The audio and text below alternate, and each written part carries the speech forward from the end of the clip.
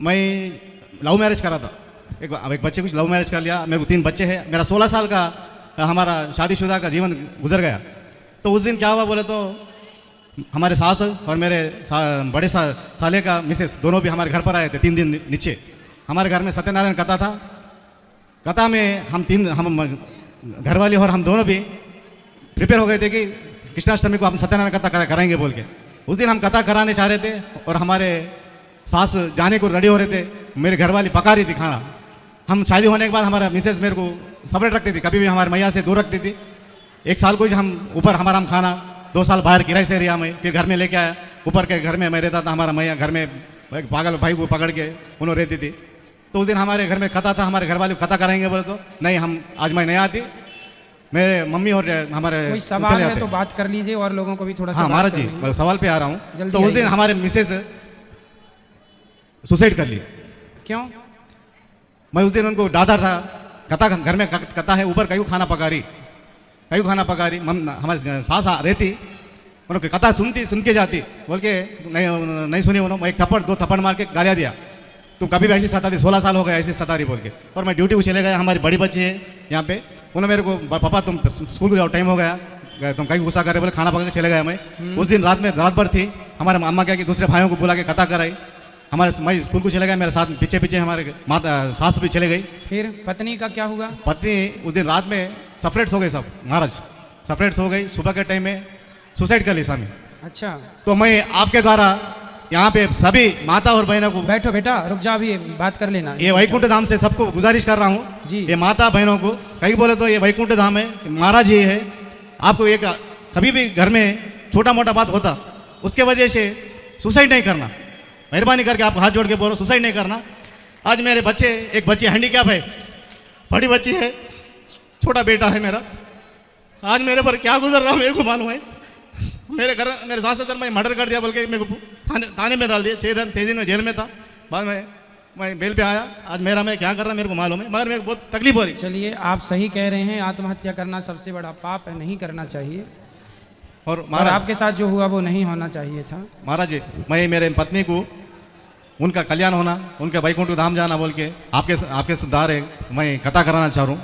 उसका विधि विधान क्या है वो सब बता देंगे। आप अंदर आ जाइए कार्यालय में। ठीक है महाराज। और आपके वास्ते एक मन में बसा कर तेरी मूर्ति उतारूं मैं गुरुवर तेरी आरती। मन में बसा कर तेरी मूर्ति उतारूं मैं गुरुवर तेरी आरती। ओ बहुत सुंदर,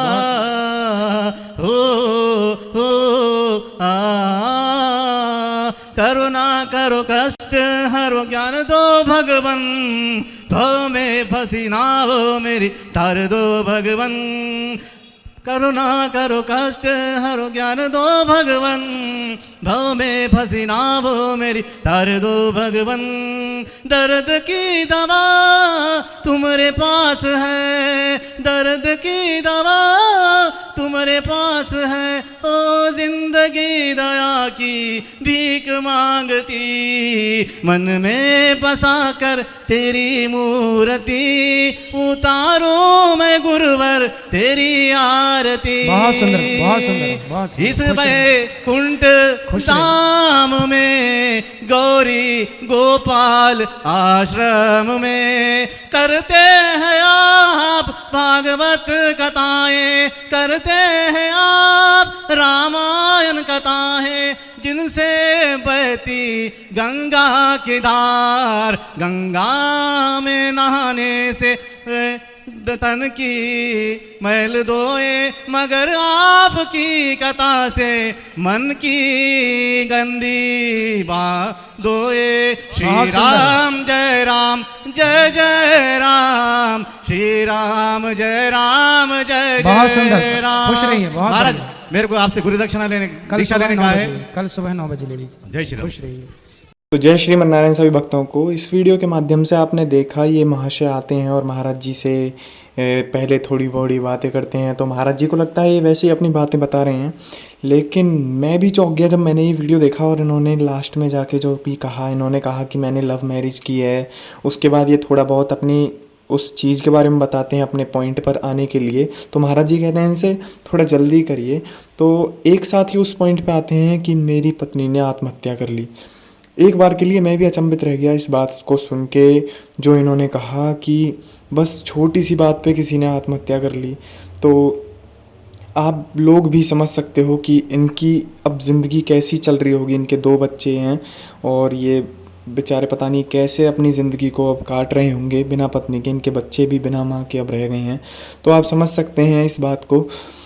लेकिन मुझे ये बात अब तक हज़म नहीं हो रही कि इतनी सी बात पर कैसे कोई अपनी इतना बड़ा कदम उठा सकता है और अपनी ज़िंदगी को ख़त्म कर सकता है इतनी सी बात के लिए। तो आप सभी से भी प्रार्थना मैं यही करूँगा कि छोटी मोटी बात तो घर में चलती ही रहती हैं। छोटी मोटी लड़ाइयाँ, जब घर में 2 बर्तन रहते हैं तो आपस में बजते ही हैं। तो ये बात हमें समझनी पड़ेगी। और ऐसी लड़ाइयाँ होती रहती हैं। इतनी छोटी मोटी लड़ाइयों पे क्या यार, क्या मतलब अपनी ज़िंदगी को ख़त्म करना। और अपने ना ही उन्होंने बच्चे के बारे में सोचा कि हमारे बच्चों का क्या होगा आगे जाके। ये महाशय आंध्र प्रदेश से आए हैं तो पता नहीं वहाँ कैसी मतलब इनका एजुकेशन सिस्टम कैसा रहा होगा, तो जिस वजह से उन्होंने अपनी जान गंवा दी और आत्महत्या करने का ठाना। मैं आप सभी से हाथ जोड़ के प्रार्थना करूँगा कोई भी ऐसा ना करे कि छोटी मोटी लड़ाइयों पर आप ऐसा कर लें। और हमेशा ध्यान रखें कि ऐसी अगर छोटी मोटी लड़ाइयाँ हों तो उनको बैठकर सुलझाएं ध्यान से और बड़े परिजनों को बताएं। वो आपका इस चीज़ में बहुत साथ देंगे। तो महाराज जी ने भी यही समझाया और इनके लिए तो बहुत दुख है, क्योंकि इनके बच्चे बेचारे, और ये बेचारे फूट फूट कर रोने लगे पंडाल में आके कुछ अपना प्रश्न पूछते समय। तो जय श्री राधे, जय श्री कृष्णा। ऐसे ही और हमारे वीडियोस देखने के लिए आप हमारे चैनल को सब्सक्राइब कर सकते हैं। धन्यवाद।